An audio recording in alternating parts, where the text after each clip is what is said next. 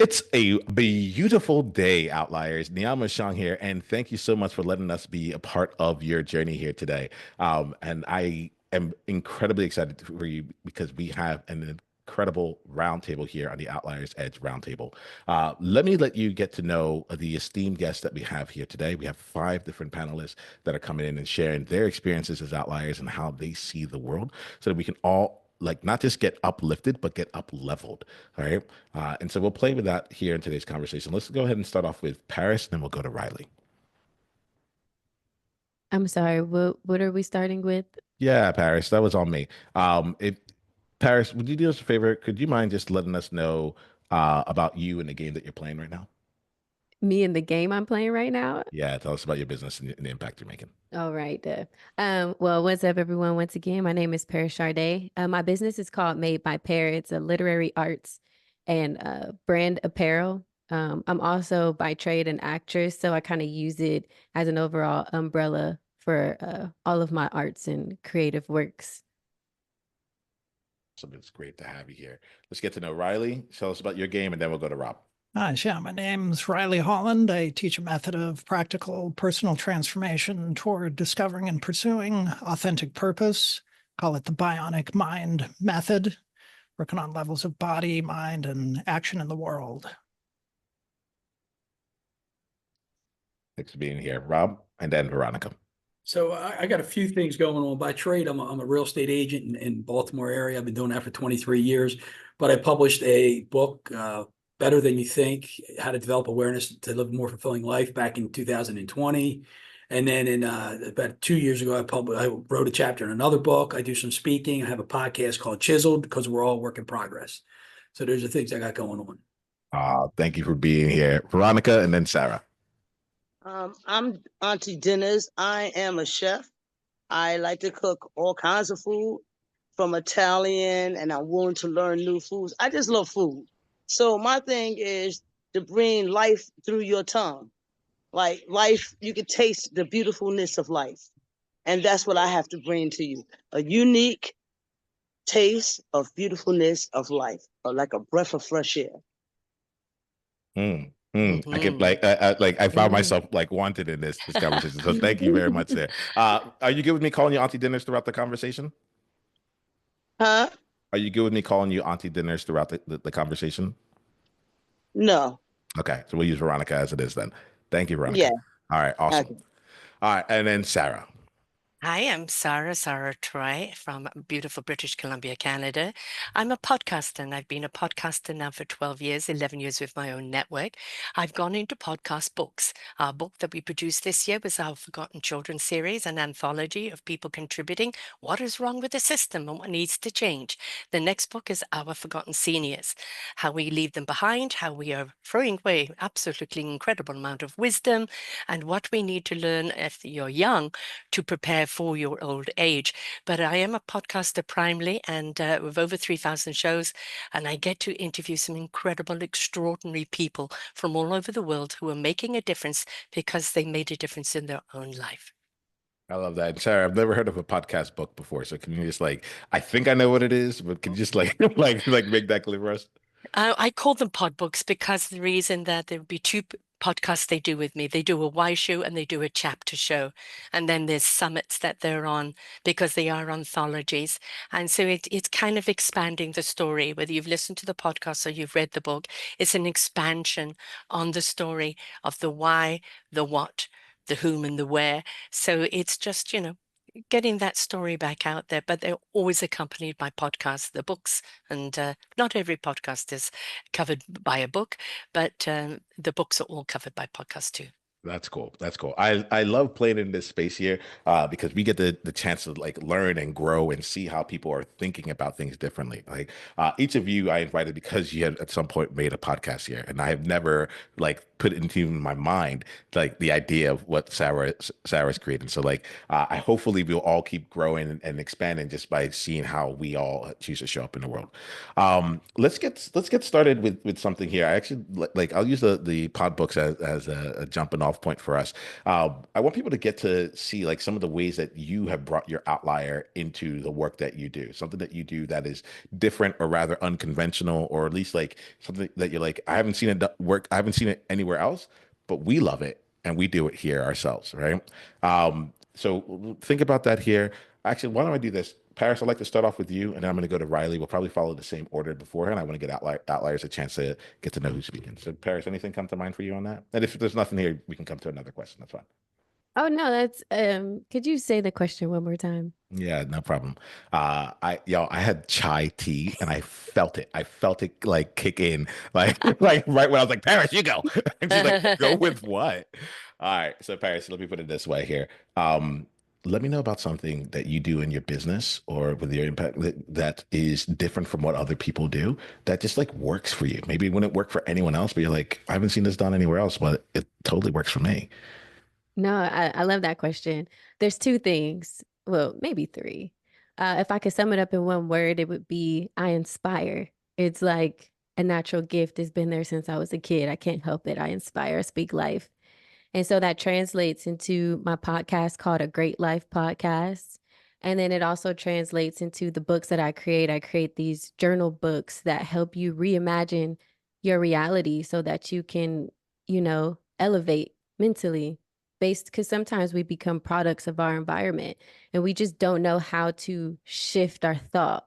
So I said, I understand process because God works in processes. What if I could make this step 1, step 2, step 3? And so, yeah, that would be my thing. Thank you for that, Paris. We're gonna play with that and more in a bit. Riley, let's come to you. What's something that you do that's a little bit of an outlier for you, or a lot of it? Yeah. I think that offering a system that has a lot of flexibility for the individual rather than becoming a kind of a dogmatic, this is how you do it approach, have more of like a toolbox, or you could say shotgun approach, so that people can find what works specifically for them and kind of leave the rest and just have that attitude of, you kind of sift through it for yourself because everybody's different, but there's enough to find something that's definitely going to get you in the gut. Nice, nice. All right, thanks, Riley. Rob, I'm coming to you. Help me see some things that you do in your business or in the way that you show up that's just different than others. Yeah, I'm sitting there struggling with the question, to be honest with you, because I'm sitting there saying some of the things I do, nobody else does them. I don't know about that. But, I'm sitting there thinking like in my real estate business, I just build relationships. I stop by and I see people. I call people every day and I write notes. I spend 20 minutes every day and I write 8 notes every single day except for the weekends. So it's a personal note. And anytime you get a personal note in the mail, you're not going to throw it out. If you get a printed label, you're going to throw it out more than likely. So it's the power of the handwritten note. But as far as the book and the podcast, it's more about like just putting yourself out there. Anybody here has done a book or a podcast, you're putting yourself out there at risk of criticism and so on and so forth. And just putting yourself out there, there's we're here with a group of people that's done that. But I think it's like, 85% of the people who say they're going to write a book don't. Right. So it's 15% do. So, it's just a matter of just continue to put yourself out there and making yourself, getting yourself comfortable being uncomfortable. I love that. Like, yeah, y'all don't know this, but I wrote a book or I authored a book, and I while it's done, 200 pages of it, it still is not out there yet, and it's been sitting there for a bit. So there's a difference between just like even creating and actually putting yourself out there. So Outliers, as you're listening to this here, listen out for any other distinctions that might serve you. So if I can, you said we could jump in. So what's holding you back? The reality is that like I like this more. I wrote like pod books may be something that interests me, but what ended up happening, Rob, is that I spent a year kind of in isolation trying to write a book out, and then realized that like I was missing people and that it was all theory, and I wanted to get more actual stuff in there, and so I realized like for me that one of the things that distinguishes me is like it's easy for me to meet people and spend time with them and serve and create trust. It doesn't work the same way through words and written words in particular. And so that was a big thing. I was like, if I have to go promote this book, I might as well be talking to people. And I was like, well, I'd rather just promote the podcast. Like, I'd rather just do that. You can do both. Yeah, I was gonna say that's the beauty of it. Yeah. Well, I like to bring that in. Syndrome? Well, I like to bring that in a little bit here. Like you can do both. So the component is like Yeah, technically, yes. I know I definitely can. There's a lot of things that it's out in the world, but I'm not putting it out there, if that makes sense. The yeah, I would like to bring in here. I'm going to go to you, Veronica. We as outliers typically have a lot going on. We're multi-talented, multi-passionate. There's so much that we do, and so I'm curious about like the ways that you either choose to prioritize or the systems that you've created that work for you to allow you to do both in this case, metaphorically speaking. So, Veronica, what's something that you've put into like your work and business or the way that you go about things that give you the space to keep pursuing some of the things that make you unique? Well, I love cooking. I mean, from my inner core, to me, it's not work, it's an Mm. art. So when I cook, it's the best thing I've ever done. And any job that I ever done in my life, they all suck. But this gives me the freedom to dive in and create something of my very own, to do something that nobody else is doing. Like I make pasta from scratch.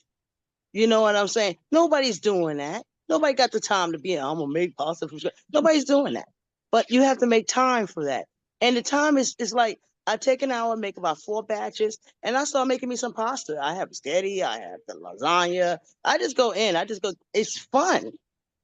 It's like there's no prioritize. Cooking comes first. It's your I'm love language. I want that recipe. Yeah. I'll, you write me and I'll give it to you. I Nice. find for people like you, Veronica, my son has a restaurant, and all you've got obviously the food that goes out on the train. But when he's cooking for us, I just had a birthday weekend, and he cooked all weekend. He cooked on his birthday celebration, right? Because that's his love language, right? So I think when you find something that becomes your love language, it is not work, it's passion, it's Yes, conviction, right? yes. And you can't help but let it all come out. Yes, and that's where I draw from. So Mm. my business, like I started from African American Lesbian Talk. That was my podcast. And I was trying to encourage the gay people and straight people not to be so negative with the younger ones, but have more patience with them Mm. and put prayer into it and prosperity, because our children are lost. Without us, they have no guidance. Just because you got a mom and a dad doesn't mean that you got guidance. Because your mom got a small mind and hey, welfare is the big thing. You're not gonna see, well, why should I go to college? Mom made it on that. So I'm trying to incite people to think like, why think down? Think high. Like Michelle Obama said, when they go low, you go high. Mhm. You know what I'm saying? So stop taking yourself as a negativity. Look at yourself as a positivity. A possibility, yeah. Mhm. Yes. Mhm. And that's what I was trying to install for the younger group of the LGBTQ. Mm. And that's why I came. But then I fell in love with cooking. And then I dropped the podcast and I started cooking and I started cooking and I couldn't stop. And then thank you. Thank you so much for inviting me, because I didn't even think about this show, but thank you. Yeah. Well, this is awesome. It's one of the things that happens here where it's like there's two parts that I'm getting there, right, Veronica. One of them is that you got started on something that was really important to you and it still is. And you found a way to be a leader in that. And now you're like, oh, there is something else that is also important to me. That keeps growing and you're going all in on that too. Like I see you in the sense of like the all inness here. Sarah, curious for you, like what's something that struck you in any part of this conversation that you'd like to comment in on, whether it's around something that you do differently or a strength that you found throughout it? I was born differently. I said I've never fit into what somebody calls the norm. I wouldn't even know what norm is. And so for me, it's as Popeye says, I am what I am, and it's kind of coming to terms with that and doing things Sarah's way, and learning that that's okay. So, like my podcast, Serenara Plus, who do I interview? It doesn't matter what topic we're talking about. Does it come from the heart? Is it something that's going to serve someone else? Is it going to uplift? Even if we're addressing a terrible problem, how can we find a solution to it? Or, how can we empower people to want to step up?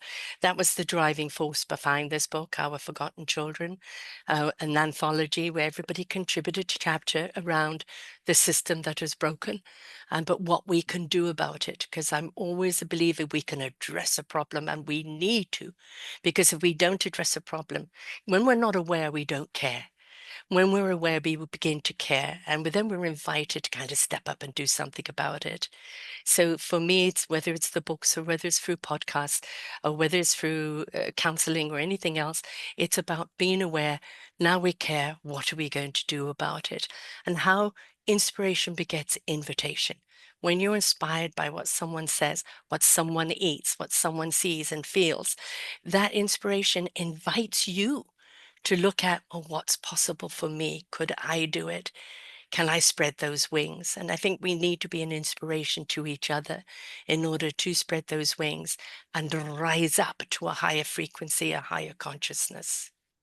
You just said when we're not aware, we don't care, and I heard that in like two different ways. One about like external like issues and things that we can get involved in, but I also think that we all have like a personal development, some kind of like development growth element to it, and it's like what we aren't aware of about ourselves, we may not even know to like care to make improvements on. So I heard that in many different dimensions.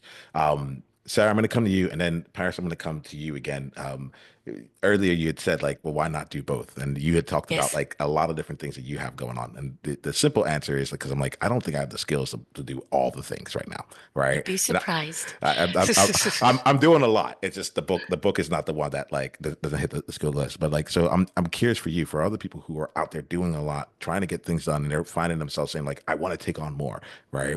How do you go through like building either the infrastructure to allow for that to happen, or go through the prioritization choice to say like, there's infinite things that we could be doing, and all of them could make a difference. But these are where I'm actually going to focus in on, because you have like, it's cool. I love what you have going on. And I'm really curious about your decision making process. Um, I'm a downloader, a channeler, and the universe over 6 years ago gave me a vision of where to take my podcast network. And it was the books, and it was educational platform, and it was mentorship. And I've systematically been doing that as the time has arisen. As I can see, now it's time to do this, now it's time to do that. The one thing I've learned is to go with the rhythm of life, to go with the balance of life. When something says, do it, it's now time, don't argue, do it. When it says no, it doesn't matter how enthusiastic you are about it, it's not the right time. So I think very much being in tune with your soul, your heart, and your spirit, for your mind to have the clarity it needs when it needs it. So I am driven by that compass of that wisdom that will show me what I need to know when I need to know it and when I need to act on it. Anytime I go from the head first, and try and do something because, intellectually or whatever, it looks right, it's been wrong and never worked. When I go from the heart and soul and spirit, every single time it's produced something more than I thought it would be. So I think it's trust your gut, trust your feeling, trust your why. Why are you doing it? And if you're compelled to do it, I had this conversation, deep conversation with my grown-up kids this weekend, was celebrating my birthday, my son's birthday. And it's, but why? Why are you compelled? It doesn't matter if you don't do it. No, it doesn't matter if I don't do it. The reason why I'm compelled to do it is, again, the awareness. I know what people need to be aware of, and we need to share that so the conversation is had. When the awareness is there and you care and conversations happen, that's when we start to see change. We don't see change by not doing it. And what I suggest with your book, I don't think you're in love with your book because you wrote it from a different space and time. If you go back into your book now and integrate who you are today and your passion for the spoken word and integrate that into your book becomes your calling card. Your book becomes the extension of your voice. I think there's nothing wrong with your book other than you updating it to where you're at today.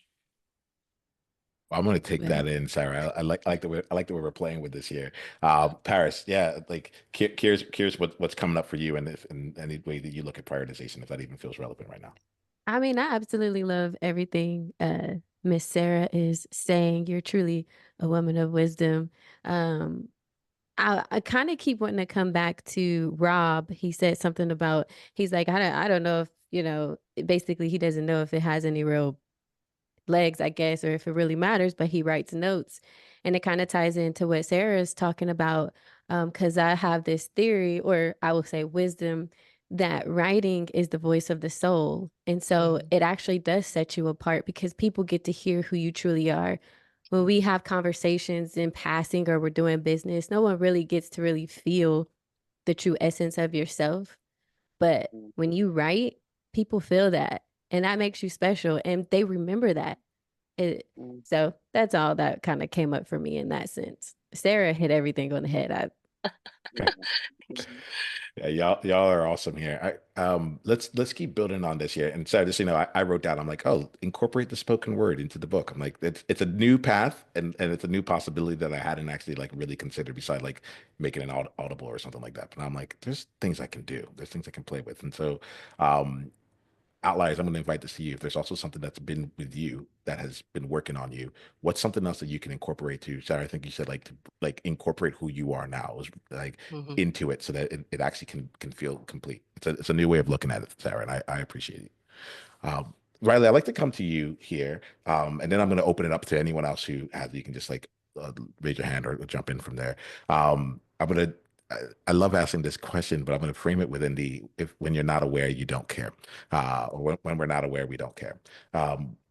I'm curious about some things that you became aware of through your journey and in business, specifically like that end up being almost like a belief that you had, like you're like, this is how things are, and a belief that actually had to get updated, upgraded, or up leveled to meet you at the level of impact or success that you're looking to get to. So Riley, why don't we start off with you, and then I'll come around to everyone who would like to contribute.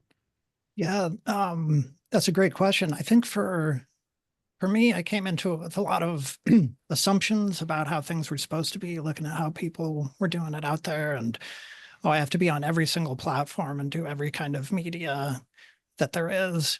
And eventually just kind of discovered what I'm drawn to, the specific formats and media, the means of getting that message, that authentic kind of, getting the download out into the world through this particular instrument of my mind body organism and its preferences and stuff like that.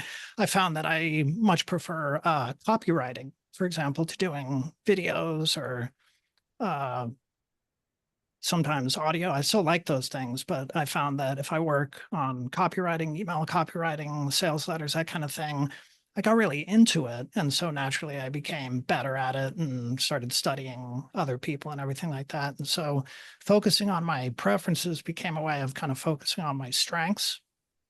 And then also just remaining flexible with it and being willing to continue to tinker with my core messages, always coming back to things like homepage copy or, just like the fundamental stuff, and being willing to think of it as a living object and not something that, okay, now I'm finally done with that and I can just leave it there forever, just letting things continue to evolve. Thanks, Riley.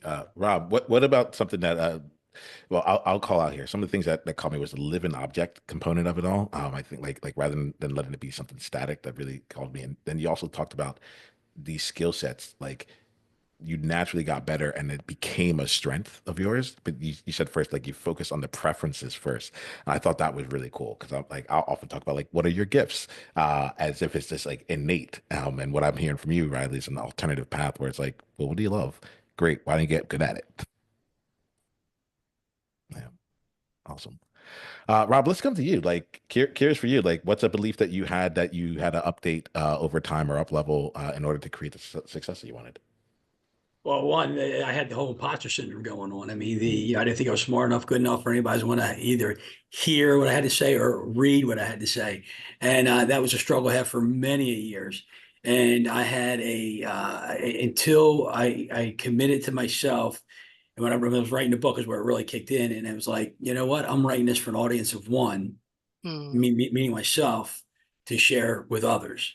And when I broke that boundary or barrier, if you will, when I broke that, then it was like, things just took off. And So, and because it's none of my business what any of you think. It's none of my business what anybody else thinks. It's my business what I think. And if somebody doesn't like it, then it's not for them. And the same thing happened with the podcast. I'd never done a podcast, technically challenged here. I had, it was, as you called it, Sarah, download, but I had a God moment, a Holy Spirit moment. And I was in the middle of meditation and praying. And all of a sudden the words, work in progress were playing on my heart. And I got these chills and this sensation running up my spine and my gut and my chest. And then I had a vision of a half chiseled statue. And I'm like, all right, God, if I'm hearing you correctly, you want me to do a podcast, you want me to call it Chiseled because we're all work in progress. And so, I know how to tune in, as I call it, the Holy Spirit. I know when the Holy Spirit's talking to me, and that's when I know I have to do things. Yeah. There's still times when I doubt it. I'm like, are you sure? Sometimes it's like a slap you in the face, like you're doing this, and sometimes you're like, I think I'm hearing that, but I'm not sure. So, but I've continued to work on that, and it's been. I know when the Holy Spirit's talking to me, it's just a matter of trusting it. Yeah, trusting. Yeah. Preach, preacher. What's that? What you say, Paris? I said, preach, preacher. That's the key, though, is trusting it, isn't it? Is because our heads get in the way, and the head is governed by society's expectation and dictation. We're only valued if this, we've got to be that. And if we can let go of all of that and then trust what's being given to us, of opening up the gift that we really are, and it shows us the path and how to use that gift, that's when we really are on the right track. Yeah, but Sarah, you said the gift of who we are, and you said earlier, you talked about awareness, right? So it all starts with awareness. That's the foundational piece. You have to be aware of what that gift is, right? Yes. And once the discovery, self-discovery. Right. Yes. Once you become aware of that gift, you can't become unaware of it. No. And so you have a gift, and you got to use it. You got to dig into it. You got to share it. Because I think we have a God-given responsibility to share that gift. Yes, that's what you're here for. I want to chime in and say that awareness, also, because you said if you're not aware, you don't care. And when you become aware, awareness also not only creates action, but it also creates humility. It creates gratitude. It allows you to see people for who they are, but not only who they are, just to see people as people, so that as you pursue and grow and elevate whatever, your goals and aspirations are, you're not worshiping what you think another person can do for you, because you now understand, oh, we're all just people. Now, some of us do have keys, and that goes back into, we go back into the spiritual realm. Some people are anointed in this space. Some people are granted authority in this space. So they do have keys, and they have the ability to open a door for you. Yeah. But you also understand, because those are God-given keys, that God can touch anybody's heart at any time and open up every door of possibility for you. So it just, awareness is everything. It's also that thing that helps you say, like when my grandma passed, I didn't understand what people went through when they lost. Now, when I hear someone has lost, I could genuinely go up to them and give them everything I didn't get. I could give them acknowledgement. Awareness helps me understand the power of acknowledgement. That's why your notes are so important. Your podcasts are so important. That's what we're doing here. We are a people of awareness, and it's beautiful. It's, it's like Veronica, when she's very much aware when she cooks, right? Every bit of heart and soul goes into it. Now, that's not just a delicious dish. We're eating the essence of her love. And that doesn't make the food just taste good, but it actually fortifies us more than just sustains us. And I think every time we do something from a space of love, we are sharing that essence of love to people, and we're feeding them. And that is supporting them and allowing them to grow. We have to understand, what is our love to give? How are we meant to give it? And give it away as much as we can, and to understand the love generator constantly generates out more love the more you give. Yeah, Veronica, I am like, I would love to hear you expand on this here. Tell us more. What's coming to you as Sarah says this? And she's saying that my head is full of dishes. So, like, I'm not even joking. I'm sitting in my backyard and I'm like, them sweet potatoes can be big. So I'm sorry, I'm listening. But to me, art is like this. All right, this is what I wanted to say. Everybody is born with their skill. Like for me, I always loved to cook, but I never thought about being a cook. Right. I went all the way to school. I went to all this stuff. I did all these other jobs. I even ran for city council. I did all these things. And then I had to turn right back around and do my 360 and come right back to where I started. When I came to Ohio, I went to school for cooking. Because it's not like I didn't know how to cook. I just wanted to learn how to learn new dishes. Like in my neighborhood, we couldn't afford lamb. So why was I going to have lamb chops the way it looks on TV with the bones sticking out? We can always get the one that look like pork chop, but we couldn't get the one with the bones sticking out and you throw it on the grill. I learned how to do that. And even my chef that he was teaching me, he got stuck on the food because he could tell I love cooking. He told me, well, if you come in late, they're gonna fire you. I said, no, they won't, because once they taste my food, they're gonna love me. They're gonna love me. They're gonna love me because I'm not really good at speaking a lot of words. I have a lot of things I have to say, but I say it through my food. Yeah. The love language. Right? Yes. See, I know it. One thing, you won't be hungry around me. Well, amen. That's one thing you don't have to worry. If you don't know how to cook, give me some salt and pepper. We can make it happen. Yeah, as you're saying, I'm struck, really, Veronica, with like the level of ownership that you have around it, right? And I want to bring in ownership overall because it comes in this. It's Sarah was talking about like the love language. Like when I get from you, I'm like you own this. You're like, I cook, I love cooking, and without a doubt, you won't be hungry around me. Salt and pepper, you got that? Good, we're good. Because I don't cook, yesterday being like one of my first meals in a very long time. I was like very proud of myself. There was no salt and pepper involved. But like one of the things I get about you is like it's like you own like who you are, you own what you love, and you're also very abundant in sharing it. You make sure we know, that like I've had a couple conversations with you and like I know what you're about. I know what you love there. But what are your thoughts on this? And then I'd love to open it up for any of you all to see like how you all own things and how you share yourself out in the world with the things that like you truly are passionate about. I'll just jump in real quick and say, Veronica, she's convicted and convicted in her thoughts and her feelings and her skill and her gift. She's convicted with it. You can hear it in the way she talks, the way she shares it. So, and she's confident. She believes in herself.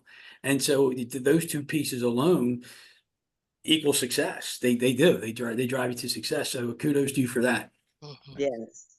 I'm just starting out here in Ohio November 1st. So everybody, I want my name to be a household name. So if y'all don't know, if you ever hear Auntie Dennis, I did it. I succeeded. I bust them doors down and fed a lot of people. Yeah, like persistence of the passion, right? Yeah. I just want mint jelly with that lamb chop. That's all I want. Yes, that's a very British way, mint jelly. Love it. Yeah. I love it. Good, Veronica, I love how you explain. You was like, "Nah, I want to know how to make the lamb chop with the bone hanging out." I understood your perspective right there. I'm actually originally from Columbus, Ohio, so I get how to some people the lamb chop with the bone in it is just a cuisine and they go to the restaurant and get it. But to others, it's this foreign thing that is so spectacular and they just want to learn, what is that? What is that? What is that? What is that? Like, I get that. And that is why when I say I inspire, that's the place that I love to come from.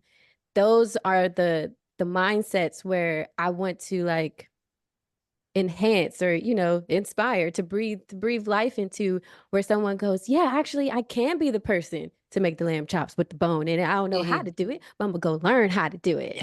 To bridge that gap and to know we can.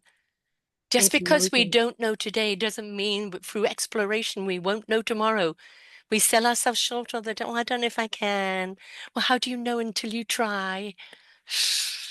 Hey, Just got to get up and try. Veronica, you secret did is say a one thing failure if that, you that don't try. I'm sorry, go ahead, Yeah, Paris. let's go to Veronica first, and then Rob, please. The secret is how you fail is by not trying. Mm, If you never try, you already failed. So yeah. that's why it got me to get up and it goes. Because if I sit back and say, well, I could, no, how about we do? If Hmm. I Well, fail, so what? I fall on my face, so what? Just get up, dust off, let's do it again. Yeah. That's all. It's not like it's the end of the world. Everybody falls. Yes. Everybody falls, but it's up to you to get up and That's dust how we yourself. Let's learn. try it again. Hmm. We learn by That's all. falling. Yeah. And getting We back do. up. And, Yes, we do. and Rob, Veronica, you remind me of Rocky Six. It's not how hard you get hit. You get hit and get back up. I like that. I love the attitude. But I was just gonna say, you did say one thing I would debate. You said we're all born with a skill. We're Mhm. born with a gift. We develop a skill. That's Mhm. my philosophy. Okay. But so you were Thank born you. with the gift of cooking. You just had to develop it and find it, right?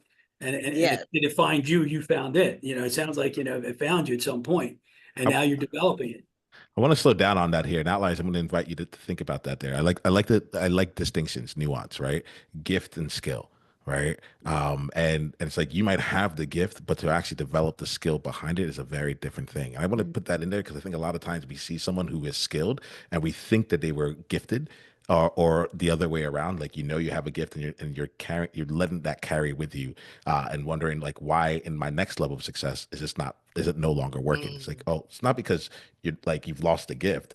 It's just, have you brought the skill up to the level of what you're trying to bring to life right now? So I like, and that's just me thinking about this. I don't know if that's actually true, but it's like the way that I like to hear that distinction there, because I haven't really thought about those things come together. Mhm. Riley, I get really curious. You've been listening here. I'm curious, like, what you've heard and what's running through you right now. What do you want to bring to the table? Yeah, well, related to skill and gift, I think it can work both ways. Like, I'm a terrible singer. I've tried, can't do it. I've known people who are excellent singers who could always just sing. You just ask them, that there was no training, nothing like that. They could just always sing. But then, of course, the more they're singing, the more they're getting better at it, the more they're just singing. And then some people just start off not being able to do it and love it, and so they train until they can. Veronica, thinking about your cooking, it seems like maybe where that passion for it just kind of overflowed into something that's just part of everyone's day-to-day life in the first place, which is eating, right? So plenty of opportunities to be building it.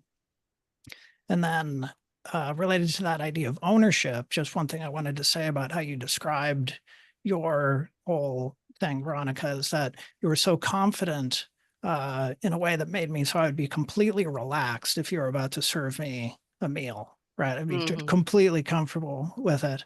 But there was no hint of arrogance or anything like that. Not like I'm the best, but just like you're going to be fed if you come to me. And I think that that's something that I've struggled with a little bit. And I think other people do too, which is that where confidence, like worried to express confidence because it might come off as arrogance. Whereas I think those are actually qualitatively different most of the time. And that ownership is kind of just finding that line and being comfortable with the confidence without worrying it's going to come off in some way. Mhm. Mhm. I'd love to get a thought or two on that, and then we're going to start wrapping up the conversation. But Paris, please. yeah, I have a thought on that. I think what you're saying is accurate. And that brings us back to operating in love, like Miss Sarah was saying. And then we say, well, what is that? And we know that love is patient, love is kind, love does not boast, it does not envy. There is love has its own list of characteristics. And I think if we can kind of master them in our own way, we can avoid the disconnection that you were talking about. Mm. If I may, um, I think, when we're on that discovery of who we are, the more we go into this job, this experience, that experience, we begin to see a thread of continuity that we've brought into every experience, into every job. And then we begin to understand that this is our forte, this is our strength. Why is it our strength? Because it is that conviction. It's kind of coming from a place where you see, you feel, you understand something more than other people are doing so. And that is the time then to kind of look at, how do I perfect this? How do I develop this? But it's always got to, again, come from a place of the why, the love behind it. Because I think if you can understand why you are here and that you're here to share love, how are you here to share love? How are you here to water, other people's lives? How are we here to contribute as a human race to the collective? I think when we discover that on our journey of life and we understand, I'm really good at this. This is my strength. It isn't a brag, it's an observation. And this is what we really then want to develop more, because we found our groove, we found our meaningful purpose, we found our gift. And for us to expand on it and own it, owning it and saying, this is my forte, isn't conceit, it's ownership. And I think when we can do that, just like you do with Veronica, you will be fed. Whether we're podcasting, writing a book, serving people through coaching or counseling, we are going to feed the souls that we're interacting with through the gift that we have discovered and refined along the way. That's I'm gonna beautifully get a note said. from you. I like you. I love that. and I don't know if the microphone picked it up, but it said like, Riley's like, oh, I like you, Sarah. I like that. Riley, were you going to say something? Oh yeah, I totally agree. And I think in that process of refinement, eventually you find yourself doing what you do in a way that is completely unique to you eventually, and that no one else really does it quite that way. And owning that, then there actually is no real competition. No compare, no compete. Yeah. Right. Yeah. It might be good for some and not right for others, which is great. It should be that way, Nothing's for everyone, but it's your specific thing that no one else does. Yeah. I love that. We're going to use that to as a springboard to wrap up the conversation. But I really enjoyed your points of views, right? Because you're speaking about truths, right? And like I feel like in this conversation, we're looking at these truths and from different perspectives, each of our own different journeys on it, to find our pathways through it. And one of the things that I appreciate about all of you is the element of evolution and how like when you put in the love, the awareness, the love, the time, the skill growth and such, everything becomes available. However, like to you at the level that is necessary. So what I want to do now is I want to give two things. One, outliers. Like take a step for yourself. What's an insight that you got from this conversation? What's something you want to walk away from this conversation and actually start implementing into your world? Take some time to not just consume, but use this to actually step into a place of creation for yourself, whether internally or externally. And my invitation for you, once you have that, is to one, take action on it, and two, to go share that insight with one person that's important to you, and go and also share this episode with them. Like, go find one person, please, and share this for them to be a part of this conversation. There's a lot of wisdom and great energy in here, and I think it really can up-level someone's day. So just focus on one person here. You can put it on social media. You can send out emails and everything about it, but like really just think about the one person who needs to hear it and share it with them. Now, I like to give us all a chance for outliers to know how they can continue going down in your world. And the way that we wrap our conversations is to share an insight that we got from this conversation. This is one way that you specifically are leaving and feeling different. It's not a message for outliers. They've gotten enough from us right now. Now let's give them a chance to see how you have transformed, if at all, in this conversation. Don't feel like you need to have an insight. If it's there for you, share it. And then let us know how outliers can continue going deeper into your world. All right. Why don't we start with Riley and then we'll go to Paris? Sure. Yeah. I think one of something that's been kind of a theme of what a lot of people said is related to the awareness and then also kind of receiving things. The whole confidence element is that some of these things are really about the feeling of it that can't be thought through, but have to be kind of felt into, and sort of irreducibly so, where there's just, you trust your gut or you trust the download, and thought doesn't necessarily have a place in that stage of the process. And that's something that I need to keep reminding myself of. As far as for people to find me, you can go to bionicmindmethod.com and you can sign up for a free email list and get a free mini course there. Thank you, Riley. Paris, and then Rob. Well, today I'll be taking with me ownership. Um, I think I'm almost there, but hearing it in this call is like, nah, we could go a little step further in owning our proper place and our gifts. So it'll be ownership. And you guys can follow me everywhere at A Great Life TV, or you can head over to madebypair.com, join my newsletter and blogging community. Oh, I like that. I like that. We got the voice with it, so you know you're going to be in for a good time on that. Owning that voice there. Thank you so much, Rob. Then Veronica. Yeah, I mean, I think Paris hit it on the head for me as far as Veronica's ownership. Like I believe in me, but do I believe in me at the level that Veronica believes in herself? So it's taking ownership of that capability. Like I don't like people say I want to hold myself accountable. I like to say hold yourself capable, because we're all capable of so many different things. So that's something I get out of it. And real quick, are you going to be sharing everybody's contact information, because everybody's telling each other how to get a hold of each other? We'll cover that in after we get done with this year. Yeah. So anyway, so you can reach me at for my real estate business, Rob at talktorob.com. For the author, it's Rob Commodari-author.com is the website for the writing, and for the chisel, it's letsgogetchiseled.com. Awesome. Veronica, and then Sarah, bring us home. Well, I learned a lot just to be inspired by all of you to keep moving forward. To get in contact with me, I'm in Dayton, Ohio. I would be at 688 Kitchen Incubate. You could look that up. It's actually a lot of Black history behind that, with the soldiers and everything, the Black women soldiers. So I'll be there serving my delicious pasta meals. And I love this, and I would love to be on your show again. Sarah? Gosh, things going through my mind that I want to say, but I think it's like what I'm always saying is that the wisdom is the compass that we download from the universe, God, universe, spirit, Gus, whatever you want to call it.